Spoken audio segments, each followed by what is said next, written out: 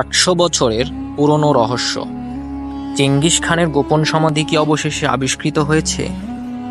মঙ্গোলিয়ার খেন্তি প্রদেশে রাস্তার কাজ চলাকালীন শ্রমিকদের কাস্তে হঠাৎ ঠেকে যায় এক শক্ত পাথরে। তারা খুঁড়ে পায় একটি সিল করা ভূগর্ভস্থ চেম্বার।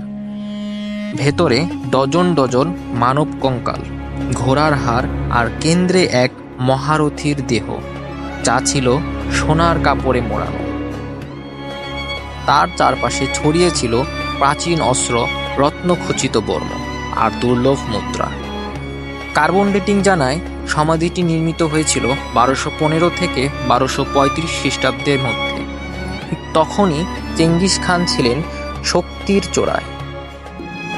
প্রাচীন কিংবদন্তি বলেছে, যারা কবর খনন করেছিল সবাইকে হত্যা করা হয়েছিল, এমনকি নদীর গতিপথ পর্যন্ত বদলে ফেলা হয়েছিল শুধু তার সমাধি চিরদিনের জন্য গোপন রাখতে। তবে এখনই নিশ্চিত করে কিছু বলা যাচ্ছে না। এটা যদি সত্যি হয়, তবে ইতিহাসের সবচেয়ে গোপন অধ্যায় উন্মোচিত হতে চলেছে। তুমি কি মনে করো, এটাই চেঙ্গিস খানের কবর? কমেন্টে জানাও তোমার মূল্যবান মতামত। এরকম আরও ইতিহাস সম্পর্কে জানতে সাবস্ক্রাইব করতে ভুলো না যেন।